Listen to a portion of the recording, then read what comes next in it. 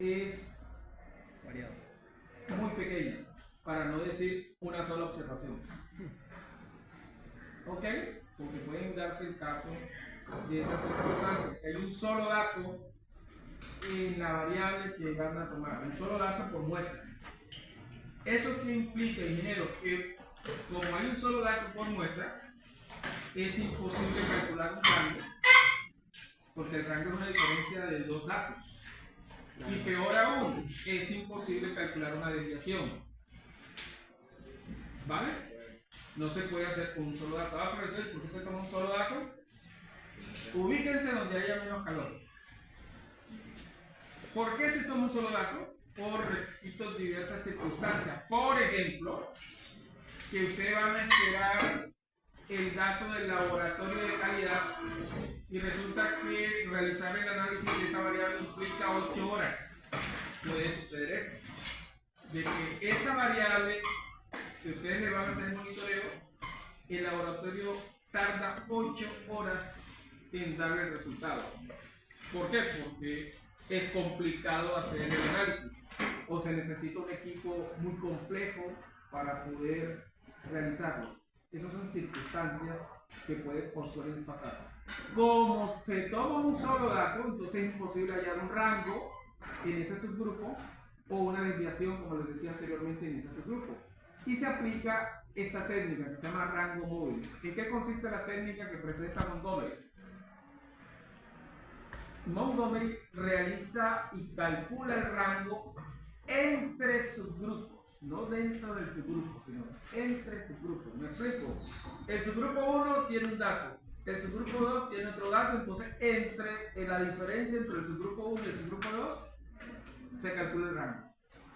Conclusión, el subgrupo 1 no va a tener rango, pero el subgrupo 2 sí lo va a tener, porque en el subgrupo 2 está la observación anterior y la que tiene el subgrupo, y eso implica un primer rango. Por eso que ustedes observan en la fórmula que ustedes están aquí, que es la diferencia entre la observación presente y la anterior, y esta diferencia en valor absoluto genera el rango móvil.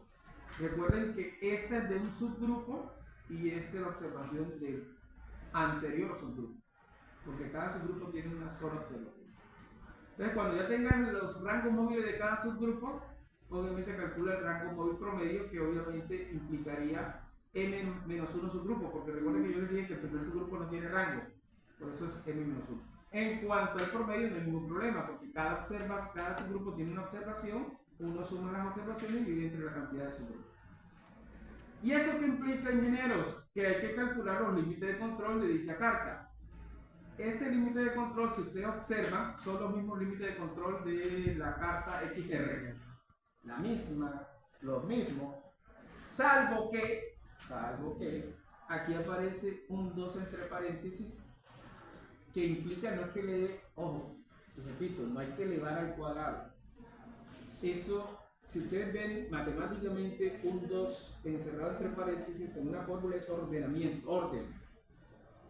Y profesor, ¿y por qué debe colocarse un 2 aquí? Recuerden que si ustedes van a la tabla de constantes, para n igual a 1 no existe dato. Entonces se toma para n igual a 2. Por eso está ese 2 aquí. Que te está indicando, hombre, vaya a la tabla para n igual a 2. Alberto Vargas, y esta es la propuesta de Montgomery. Los software estadísticos tienen la propuesta de Montgomery, que es la que ustedes observan en el caso de la medida de localización, ¿no? El promedio. Y en el caso de la medida de variabilidad, los dos autores tienen la misma propuesta. Este es los límites estándar. Recuerden que cuando se habla de límites estándar se refiere a la fase 2. Y observen que siempre en la fase 2 se trabaja con los parámetros. Miren, aquí está mu, que es el parámetro obtenido en la fase 1. Y aquí está sigma, que es el obtenido obviamente en la fase 1, para obtener los parámetros. Veamos un ejemplo de una operaria que trabaja en una arrocera. Si ustedes se pueden dar cuenta, esa tecnología que tiene la empresa no es avanzada, porque la operaria hace el llenado en forma manual. Y como lo hace en forma manual, es claro para ustedes que para poder tomar una muestra es más complicado, obviamente por la secuencia de ese llenado. Entonces, ¿qué se le dice al operario? Cuando les pase eso, porque puede suceder que ustedes vayan a trabajar en ese tipo de empresa donde la tecnología no es muy avanzada, ustedes tienen que tomar un muestreo que se llama muestreo sistemático. Ese muestreo sistemático da una constante K. ¿K qué significa? ¿Cuántos productos debo dejar de pasar para tomar la muestra? Por ejemplo, si K vale 20, ¿qué significa? Que de 20 bolsas que tú vas a llenar, obviamente vas a tomar una muestra. Es decir, cada 20 unidades tú vas a tomar una muestra.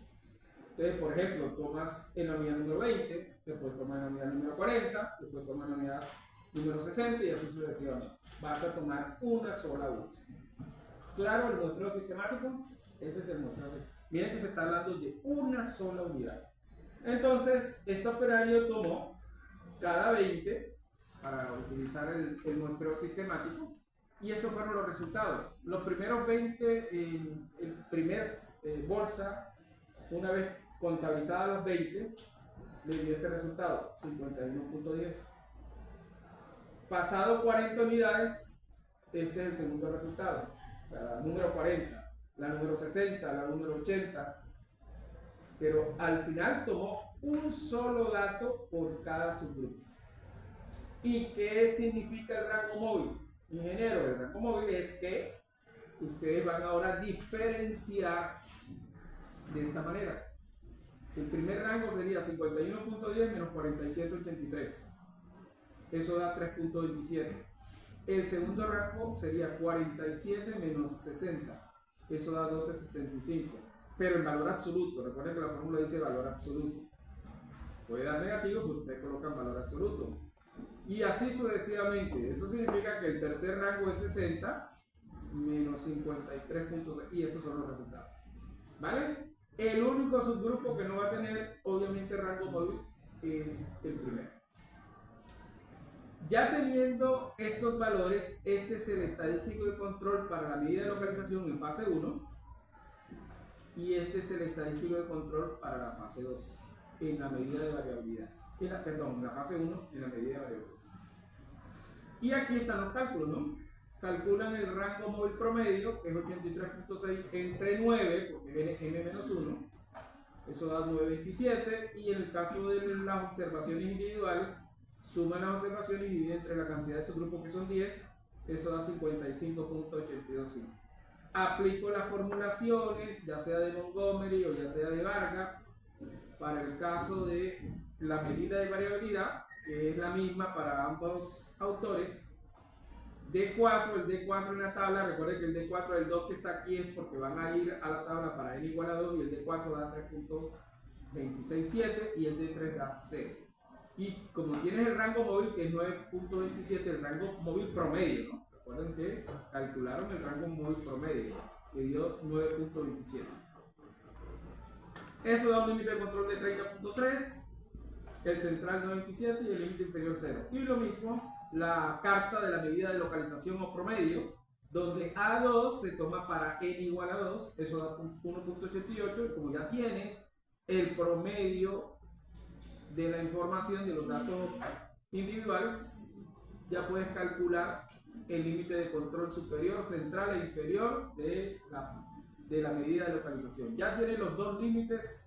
Recuerden que se llaman límites históricos o límites iniciales o límites naturales, porque es fase 1. Veamos cómo quedó la carta. Vamos a asumir que la carta quedó estabilizada estadísticamente. El promedio no tiene problema, pero aquí sí hay problemas, pero vamos a asumir que quedó estabilizado. Si se dan cuenta, el comportamiento parece cíclico. Es un ciclo. Y los ciclos implica que pareciera que fueran varios turnos diferentes, ¿no? Un turno en la noche o un turno de día que puede ocasionar este comportamiento cíclico. Pero vamos a omitir y vamos a asumir que está estable estadísticamente. ¿Cómo quedó? Como estamos asumiendo estabilidad estadística, ustedes van a calcular los parámetros.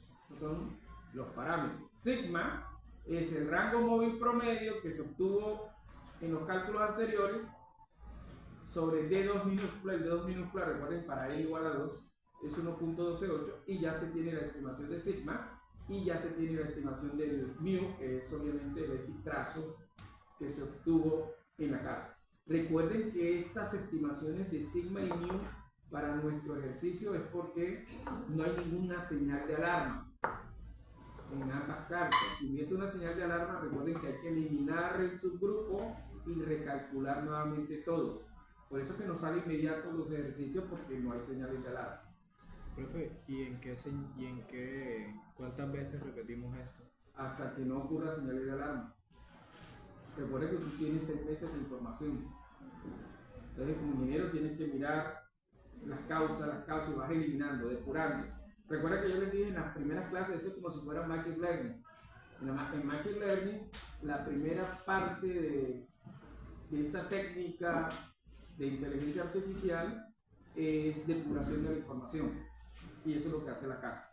Por eso les decía, lo de Machine Learning no es nuevo. Lo que pasa es que como no se tenía tecnología avanzada para tratar bases de datos robustas, muy grandes, entonces eso no se le llamaba Machine Learning.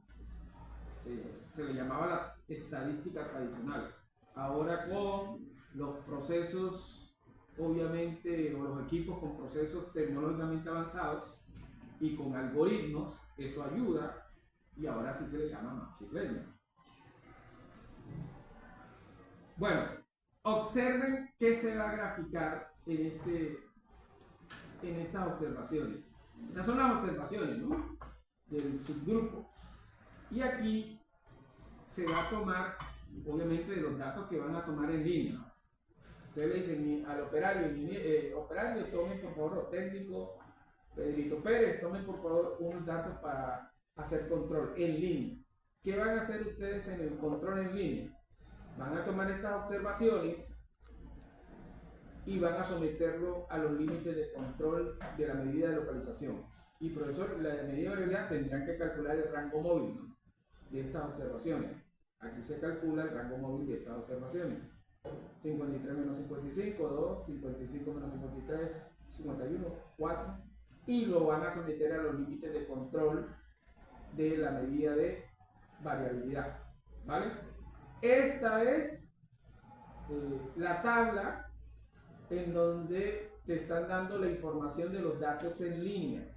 O sea, los datos que vas a monitorear para determinar si está en control o no. Recuerden que datos en línea es determinar si está en control o no la información. Lo único que necesitas son las observaciones que tomó el operario y tú calculas el rango móvil posteriormente. Estas dos condiciones se convierten en estadísticos de control y estos son los que van a someter a los límites estándar. Es claro para ustedes que estos son los límites estándar del promedio. Tomé el de Montgomery, que es lo que yo les dije que usualmente utiliza los software.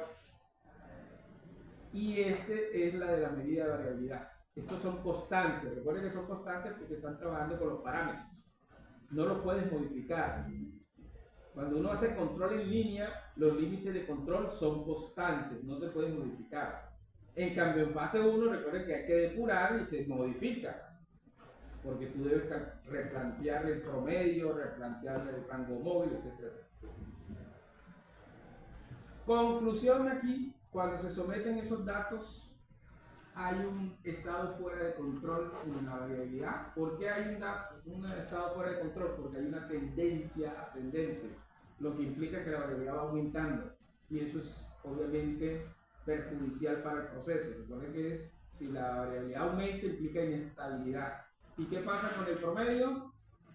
También está aumentando. Ese es un estado fuera de control. Significa que las bolsas se están llenando más de arroz, o sea, mayor peso, hay una pérdida para la empresa. A pesar de que esté en el rango.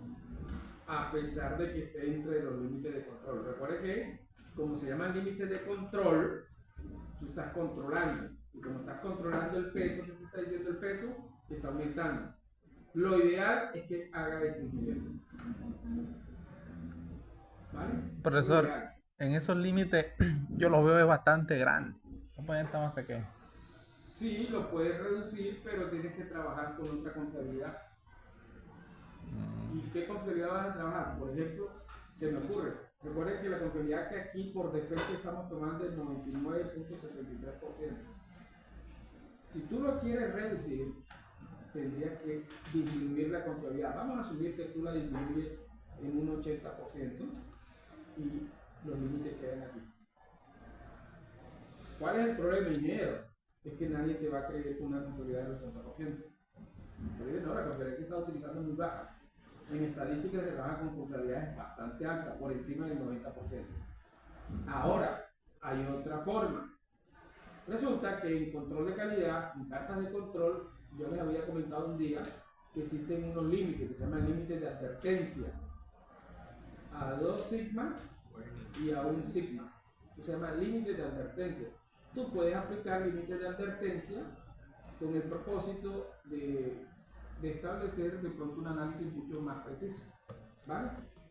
Le dices a la carta o al software, hágame los límites de advertencia. Lo hace para una desviación, para 2 desviaciones y para 3 desviaciones, que es el límite el normal. Eso te puede permitir hacer, repito, un análisis más asertivo del proceso. Claro, lo que es las observaciones individuales. Aquí hay un problema estadístico cuando trabaja uno con cartas de control de observaciones individuales. Si recuerdan que nosotros hemos dicho que asumimos normalidad en las cartas de control. Aquí hay que probar que hay normalidad. ¿Y por qué, profesor, que hay que probar? Porque recuerden que ustedes están trabajando con observaciones individuales, no con estadísticos. Antes, ustedes cuando tenían un subgrupo tenían 2, 3, 4 datos en el subgrupo y calculaban era el promedio del subgrupo. El promedio, basado en el teorema del límite central, se puede asumir que sigue una distribución normal, el promedio, el estadístico. Pero yo no puedo decir con una sola observación que sigue una distribución normal. No se aplica el teorema del límite central. Por lo tanto, como hay una sola observación, yo debo aplicar o utilizar una prueba de unidad de ajuste para determinar si hay normalidad en los datos que me están dando. ¿Qué pruebas son? Shapiro-Wilk, Kolmogorov-Smirnov, Anderson-Darling. Hay muchas pruebas, ¿entendido? Pero esto hay que verificarlo, que hay normalidad en los datos. Para repasar, ingeniero. ¿Qué más, ingeniero? ¿Cómo está? Hay que comunicarse con el rector, no. Ya pasé un derecho de petición. No solamente la utilidad de tener los parámetros para hacer control, en cartas de control. Tú con los parámetros, que es lo que estamos aquí señalando, los parámetros que acabamos de construir, o obtener en fase 1 mejor, tú puedes evaluar medidas de probabilidad de cumplimiento de especificaciones. Supongamos, ingeniero, que a ustedes le den unas especificaciones en ese proceso, en esa arrocera. Vea, la bolsa de arroz no debe estar entre 50 kilos y 60 kilos. Esas son las especificaciones. Vean que son especificaciones totalmente diferentes al límite de control. Vean los límites de control dónde están. Miren cuánto da el límite de control superior, inferior, para el promedio y para la varianza. No confundan límites de control, que es esto, que se basa en el subgrupo que obtuvieron en fase 1, porque recuerden que estos límites son ya obtenidos basados en los parámetros, con límites de especificación. Y el límite de especificación es el cumplimiento de ese producto, de esa unidad, que debe cumplir entre 50 y 60 kilos. Eso es lo que debe cumplir y eso se llama especificación técnica. Con los parámetros tú puedes obtener cuál es la probabilidad que cumplas con esa especificación técnica. Entonces tú calculas la probabilidad entre 50 y 60, que es una medida de probabilidad de un intervalo, y la puedes desdoblar en 2 funciones acumuladas. La medida de probabilidad para 60 menos la medida de probabilidad para 50. Cuando tú tengas un intervalo, una medida de probabilidad de un intervalo, tú puedes, repito, descomponerla en funciones acumuladas del límite superior menos la función acumulada del límite inferior. En todas las medidas de probabilidad de un intervalo o interno.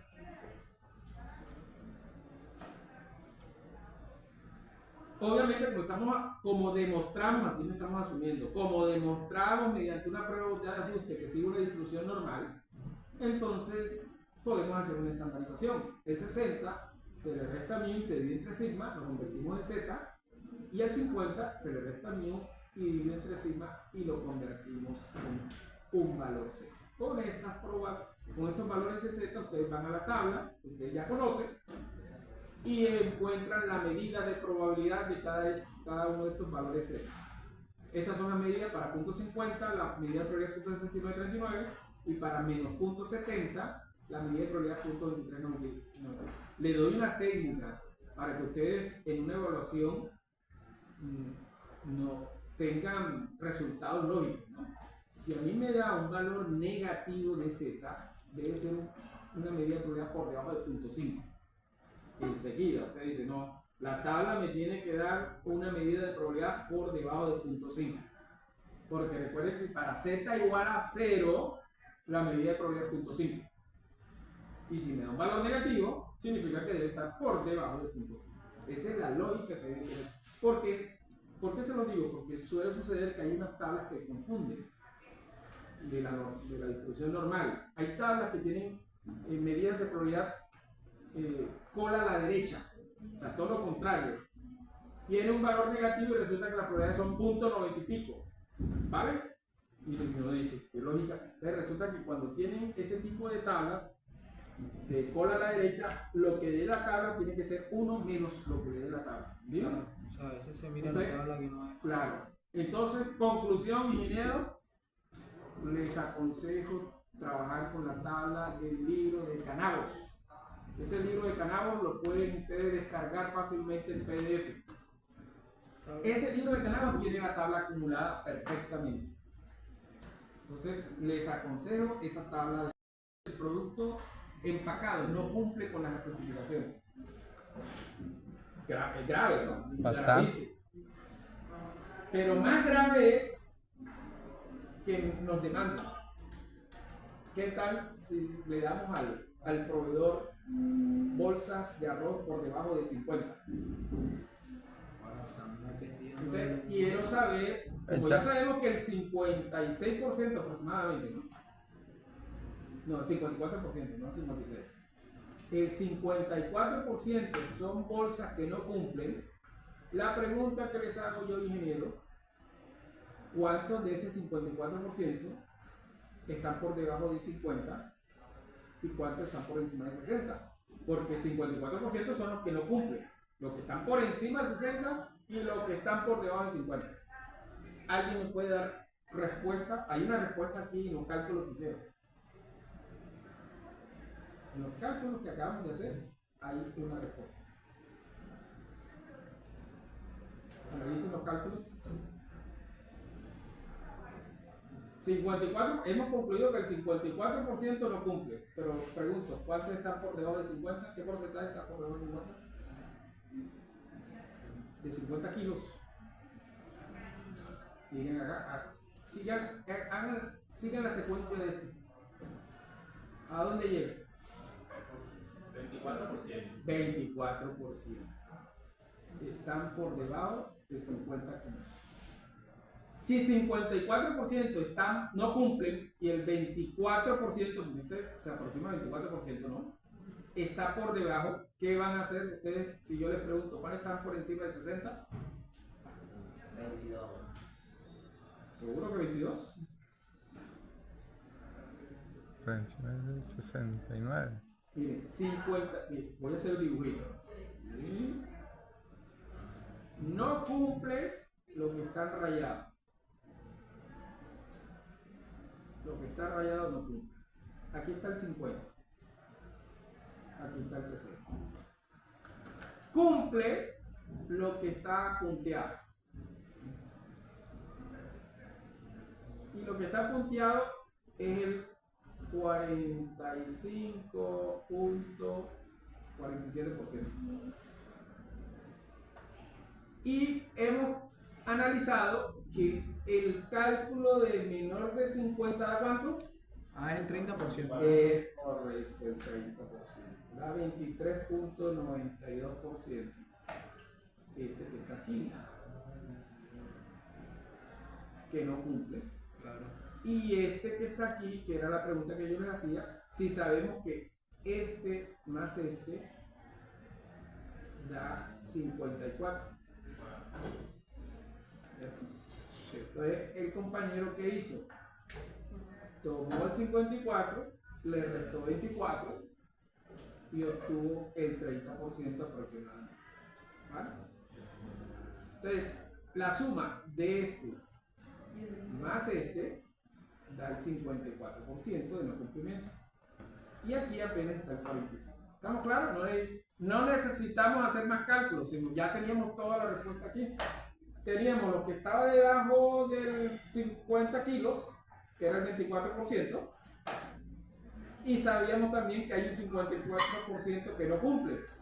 Entonces, realizamos la resta, ¿no? 54% menos 24% da 30%, lo que implica que ese 30% son los que están por encima del 60%.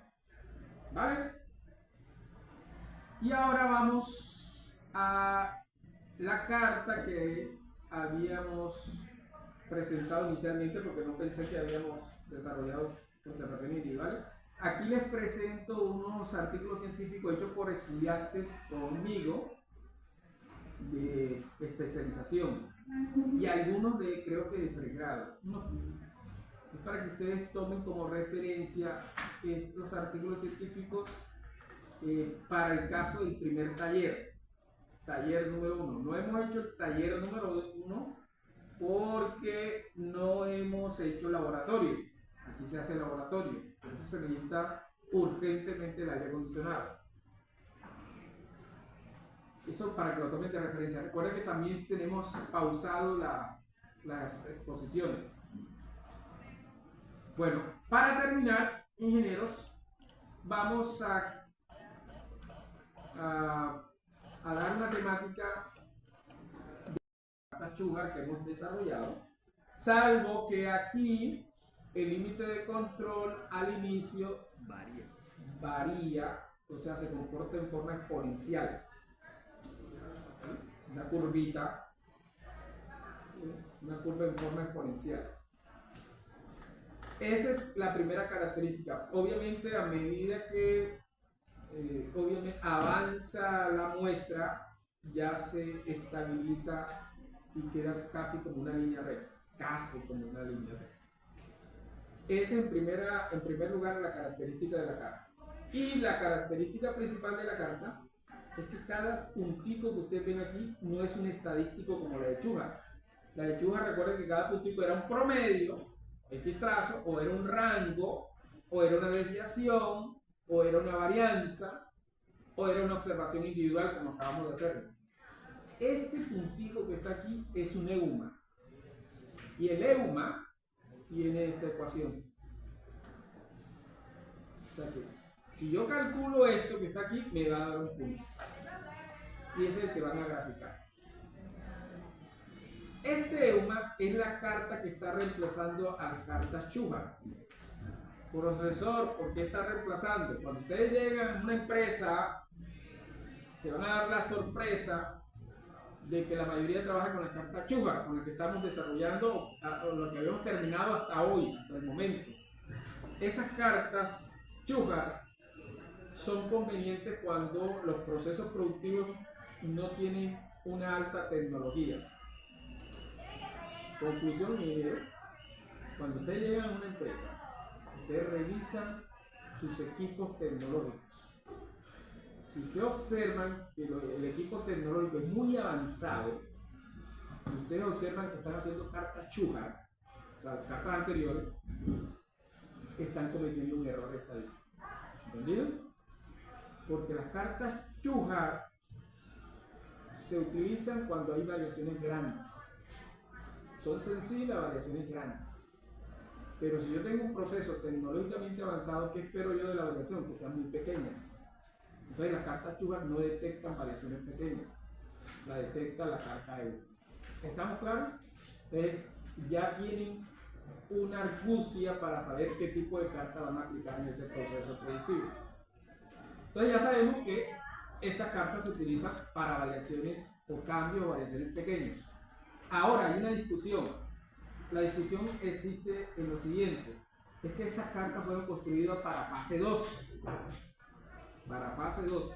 Y precisamente las presentaciones o la presentación que yo les tengo es asumiendo que se tienen los parámetros y se va a hacer control en fase 2. Lo que dice la tradición de la carta de EUMA. Pero ya se tiene discutido de que esta carta de EUMA se puede utilizar en fase 1 y tiene su lógica, ¿no? Después les comento la lógica, pero obviamente vamos a partir del paradigma de que se va a utilizar en fase 2, pero repito, se está utilizando también en fase 1 y posteriormente les diré obviamente el análisis o las conclusiones por qué también se está utilizando en fase 1. Bueno, ¿qué dice la carta de EUMA? La carta de EUMA trabaja con una ponderación que se llama lambda. Ese lambda no tiene nada que ver con Poisson. El lambda es una ponderación que va de 0 a 1, como si fuese un porcentaje, un peso, de 0 a 1. Cualquier dato que va de 0 a 1. Pero, por defecto, los software y tradicionalmente utilizan el lambda entre 0.1 y 0.3. Es el lambda que utilizan. Obviamente los software, para no discutir cuál utilizar, 0.1 o 0.3, utilizan un promedio. ¿Cuál es el promedio? 0.2. Por defecto ya el software tiene lambda 0.2, pero ustedes pueden utilizar un lambda entre 0 y 1. Hay dos autores, Praca, bueno, me acuerdo del Praca, que hizo una investigación y obviamente él no estaba contento de que los software utilizaran 0.2 como lambda. Él hizo una investigación que dependiendo de las condiciones del proceso, uno establece el valor de lambda. Puede haber lambdas muy pequeños o puede haber lambdas muy grandes dependiendo de la condición del proceso. Eso van a ver las tablas posteriormente, posiblemente no hoy, sino en otra clase. Esta es la forma en que lo asigna Vargas en su libro. No utiliza la palabra EUMA, sino Z. Claro que eso tiene un inconveniente, que pareciera que fuera estandarización, pero realmente no es una estandarización. Pero es una forma simple de presentar, en vez de utilizar la palabra EUMA, el estadístico. ¿Qué pueden darse cuenta también, ingeniero? Cuando ustedes construyen los EUMAs, se pueden dar cuenta que aquí dice EUMA anterior. Es que la gran pregunta es, profesor, si yo voy a trabajar el primer EUMA, ¿cómo que me van a pedir un EUMA anterior si voy a calcular el primero, cierto? Imagínense, el EUMA 1, por decir algo. Entonces sería 1 menos lambda, o sea, 1 menos 0.2, que sería 0.8. EUMA anterior. Entonces, profesor, no tengo EUMA anterior porque es el primer EUMA que voy a calcular. Entonces, ¿qué se hace? Se coloca el valor de arranque. ¿Qué se llama valor de arranque? El parámetro que en ese momento estés tomando. ¿Y cuál es el parámetro que estás tomando si vas a hacer, por ejemplo, la medida de localización? Mu. Recuerden que ustedes, como esto trabaja en fase 2, aparentemente, lo único que ustedes tienen es sigma y mu. Entonces toman mu como valor de arranque. Ya teniendo mu, en el momento de calcular el primer EUMA, cuando calculen el segundo EUMA, ustedes dicen, bueno, el EUMA anterior es el primero que calculaba. Ya no hay problema. Este XT puede ser observación individual, como hicimos anteriormente, o puede ser un promedio. Yo puedo, en vez de colocar XT, yo puedo colocar XT promedio. ¿Entendido? Y ya sabemos que son subgrupos. Si yo coloco aquí un promedio, ya son subgrupos, son 2 o 3 datos por subgrupo. Si no coloco aquí un promedio, es que estoy trabajando con observación individual, o sea, un solo dato por subgrupo. ¿Con qué propósito les hago la diferencia? Porque habrá un límite de control EUMA para observaciones individuales y habrá un límite de control EUMA para cuando se trabaja con subgrupos. Eso lo vamos a ver más adelante. Otra situación, todo esto es teórico hasta el momento, ¿no? Para que ustedes conozcan el EUMA. Otra situación, ¿por qué este EUMA está reemplazando la carta Chuba? Se pueden dar cuenta, y voy a ir al extremo. Recuerden que yo les dije que lambda va entre 0 y 1. Imagínense que lambda es 0. Si lambda vale 0, ¿Qué pasaría aquí? Si lambda vale 0. Se cancela. ¿Y qué tengo en cuenta? Solo L1. Solo lo anterior, o sea, lo histórico del proceso. Pero vamos al otro extremo, que lambda no sea 0, sino lambda sea 1. ¿Qué pasa aquí si lambda vale 1? Se cancela. Todo esto es 0. ¿Y qué tengo en cuenta? El presente. Shuhar, las cartas Shuhar tienen en cuenta el presente nada más. En cambio, las cartas Euma, si se dan cuenta, si no voy al extremo ni 0 ni 1, sino a punto 2, por ejemplo, tienen en cuenta lo pasado y el presente. Esa es la ventaja de la carta Euma. Ya teniendo claro todos estos conceptos, vamos directamente a la parte de los límites de control. Esta es una demostración de dónde salen los Euma, ¿no? El que quiera verificar la demostración, que de pronto está en 2 programas, de pronto está en matemática, el que quiera la demostración matemática, ya está ahí. Esta es la varianza de la carta Euma. Miren la varianza. Si se dan cuenta que toma la varianza Shuhar aquí, más este término, significa que esto no es sesgado. Esto es una varianza sesgada. Si recuerda cuando yo le dije que es insesgado, supongamos, mira, vamos a asumir que si hubiese sido que la varianza Euma fuese así, yo diría, la varianza Euma es insesgada, porque da exactamente la varianza de la población. ¿Sí se acuerdan de eso, no? Cuando le di el repaso de insesgamiento. Esta es una varianza sesgada, insesgada, porque da, pero resulta, lamentablemente, la varianza Euma tiene la varianza de la población más este término. Significa que es sesgada. ¿Bien? Como se pueden dar cuenta, este término está en términos de T. T es el indicador, T es el subgrupo del periodo 1, el periodo 2, el periodo 3. Eso significa que la varianza Euma va cambiando dependiendo del periodo. Entonces, como eso da la parte exponencial que ustedes ven en la carta. Si se dan cuenta que va creciendo el límite superior y va decreciendo el límite inferior. Esa es la parte exponencial, por eso este T va modificando la varianza, por lo tanto va modificando los límites de control. ¿Vale? Y hay situaciones en donde uno no quiere que se presente la parte exponencial, sino trabaja con esta varianza que se llama la varianza asintótica. Miren, este término lo convertimos aproximadamente en esto. Y ya tiene unos límites constantes, como si fuese una carta chupa. Eso se llama asintótico. En 5 minutos ya terminamos en 5 minutos. Vamos directamente ahora a los límites de control y al ejercicio. Este es el límite de control. Voy directamente al límite de control. El límite de control del promedio. Aquí, ¿qué estoy utilizando? En cada grupo, ¿cuántos datos hay? Si ustedes ven sigma nada más, es porque hay una sola observación por su grupo. Miren en qué cambia el límite de control. Ahora, cuando hay varias observaciones por su grupo, miren en qué cambia. Aquí aparece raíz de L. ¿Entendido? Este límite de control es cuando se trabaja con varias observaciones en el subgrupo. Y este límite de control cuando se trabaja una sola observación por subgrupo. ¿Vale? Que el n cambia, ¿verdad? El n es variable. Como n, tú tienes varios datos, entonces tienes que incluirlo dentro de los límites de control. Tienes varias réplicas en cada subgrupo. Entonces tienes que incluirlo en los límites de control. ¿Vale? Es más, si ustedes tienen una solo dato, sí se da cuenta que tú desapareces. ¿Vale? Bueno, veamos ya el ejercicio. Este es una empresa de pastas alimenticias, pero aquí se está haciendo un monitoreo como si fuese método y tiempo. Este operador se le está evaluando la experticia en tiempo de una actividad. Entonces se toman los datos de tiempo. Estos son los datos de tiempo en segundos.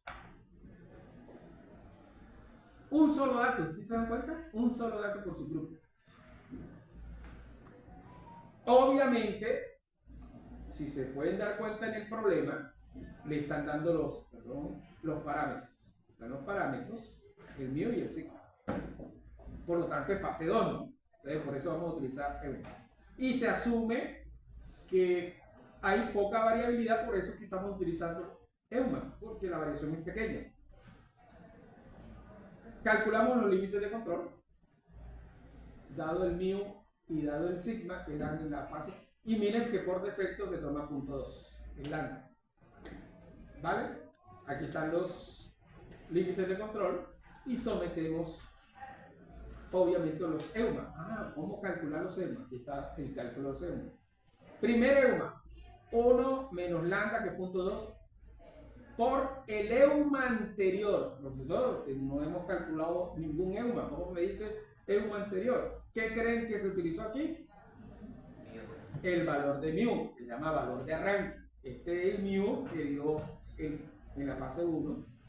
Entonces, ya en el momento de tomar el valor de arranque, ya puedo proseguir con la ecuación. Más lambda por la observación presente, o sea, la primera observación. 146. Eso me da el primer EUMA. Y como ya tengo el primer EUMA, cuando haga el segundo EUMA me dice 1 menos 0.2. El EUMA anterior, ya tengo el primero. 146.38. Más lambda por la segunda observación. Y así sucesivamente. ¿Entendido? Lo que vas a graficar son los EUMAs, que es lo que se grafica aquí. Estos son los EUMAs. Y esta es la gráfica.